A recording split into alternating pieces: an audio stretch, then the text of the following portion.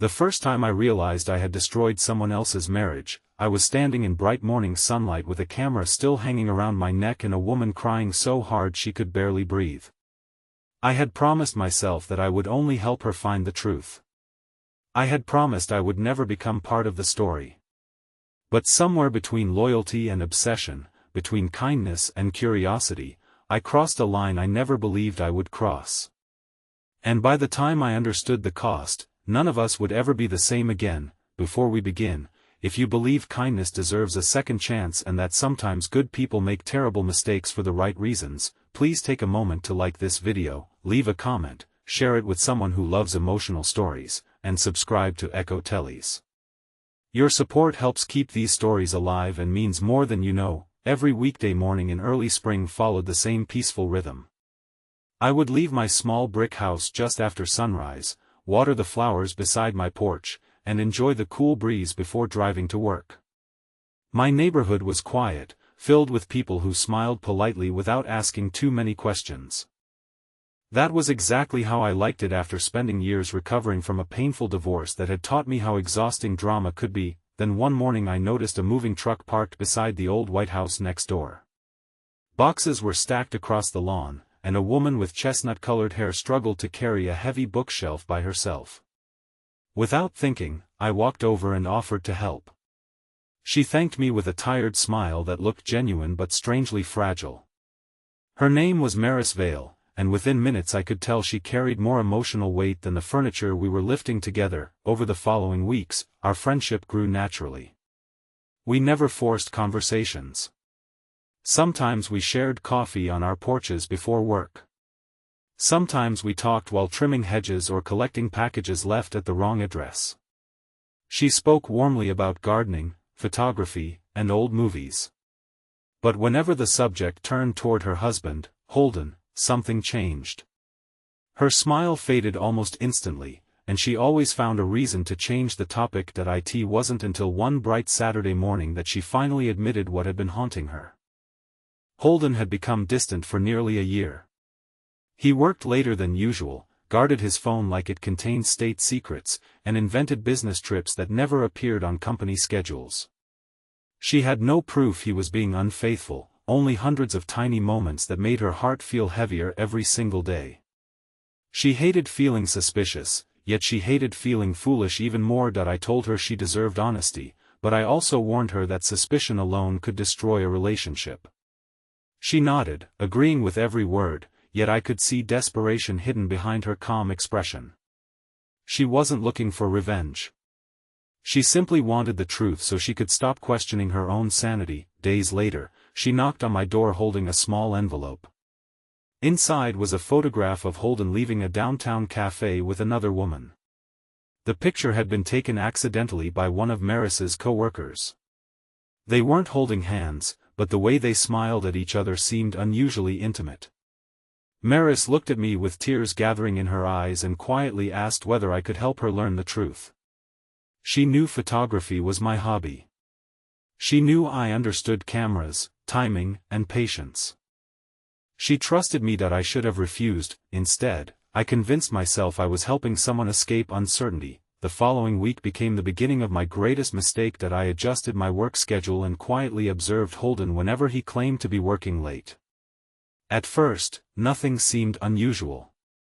He visited restaurants alone, bought groceries, and spent hours inside office buildings. I started believing Maris had simply misunderstood innocent situations. Then everything changed. One warm Tuesday morning, Holden parked near a beautiful riverside park instead of his office. A woman stepped out of another vehicle carrying 2 cups of coffee. They embraced for several seconds before walking together beneath rows of flowering trees. I photographed everything from a respectful distance, telling myself I was only collecting facts, not invading lives, but facts quickly became addiction. Every new photograph made me feel responsible for finishing the puzzle. I followed them to bookstores, cafes, gardens, and quiet walking trails. Sometimes they laughed. Sometimes they held hands. Sometimes they simply sat together watching the water in complete silence. The evidence became impossible to ignore, yet something about the woman's face kept bothering me. She never looked romantic. She looked worried. Instead of stopping after gathering enough proof, I continued following them because unanswered questions refused to leave my mind. That was the moment I crossed the line. One afternoon, curiosity defeated every ounce of common sense I possessed. I entered the same cafe where Holden and the mysterious woman were meeting. Sitting only a few tables away, I secretly listened to fragments of their conversation. That I wasn't proud of myself. That in fact, I hated what I was becoming, but I stayed. What I overheard shattered every assumption I had made. The woman wasn't his girlfriend, she was his younger sister. She had recently discovered she was seriously ill and didn't want the rest of the family to know until doctors confirmed her diagnosis. Holden had been quietly supporting her through hospital visits, financial worries, and terrifying medical appointments.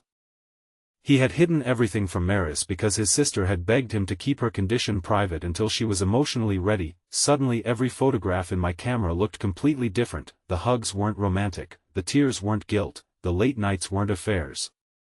They were acts of love between siblings facing unimaginable fear. My stomach twisted with regret. I rushed home determined to delete every photograph and tell Maris I had found nothing meaningful, but life doesn't always give us enough time to undo our mistakes. Before I reached my house, Maris was already waiting outside. She had discovered my spare memory card inside the camera bag I had accidentally left on my porch while unloading groceries.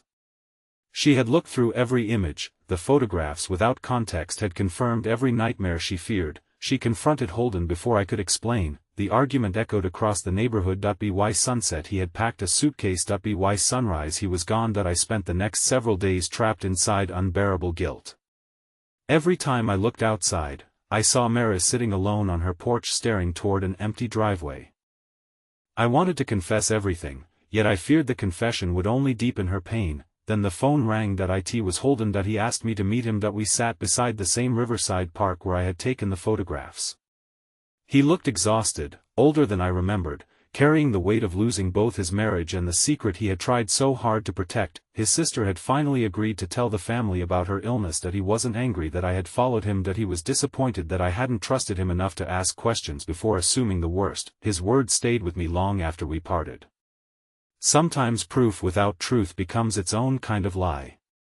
I returned home that evening knowing exactly what I had to do. The next morning I knocked on Maris's door carrying every photograph, every memory card, and every ounce of courage I could find. I confessed everything, every poor decision, every hidden observation, every moment curiosity became interference. I admitted I had overheard the cafe conversation too late. I admitted I should have spoken immediately instead of freezing beneath the weight of my own shame. Maris listened silently, she never interrupted. When I finished, tears rolled slowly down her cheeks, not because Holden had betrayed her, because she had betrayed the man who had spent months protecting his frightened sister. She asked me one question I will never forget. "Do you think he'll ever forgive me?" I answered honestly, "I don't know. But he deserves the chance to hear your heart instead of your accusations." For weeks afterward, nothing happened. No dramatic reunion. No perfect ending, only silence. Then one sunny Saturday morning, a familiar pickup truck slowly turned onto our street. Holden stepped out carrying a small bouquet of yellow lilies, Maris's favorite flowers. She met him halfway across the yard. They stood quietly for what felt like forever before embracing. Neither of them looked like people celebrating victory. They looked like two broken souls choosing forgiveness over pride. Trust wasn't magically restored that day. It had to be rebuilt one honest conversation at a time. Months later, Holden's sister completed successful treatment and slowly regained her strength. Their family grew closer because secrets were finally replaced with honesty. Maris volunteered at a local patient support center after realizing how easily fear could distort reality. She often reminded people never to confuse suspicion with certainty. As for me, I sold my expensive camera equipment. Photography had once helped me appreciate beauty. For a while, it had become a weapon of assumption. I eventually picked up another camera years later, but I used it differently.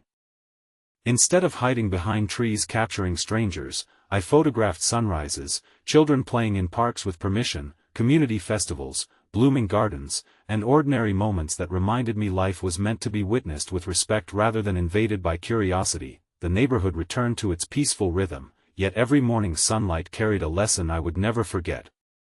Helping someone doesn't always mean giving them what they ask for. sometimes helping means protecting them from actions driven by fear. Sometimes the bravest kindness is refusing to cross a line that can never be uncrossed, and sometimes the truth isn't hidden because someone is guilty, sometimes it is hidden because someone is trying desperately to protect another person from pain. Before we reach the end, I have one special request. Please comment below with the words, "Truth needs patience."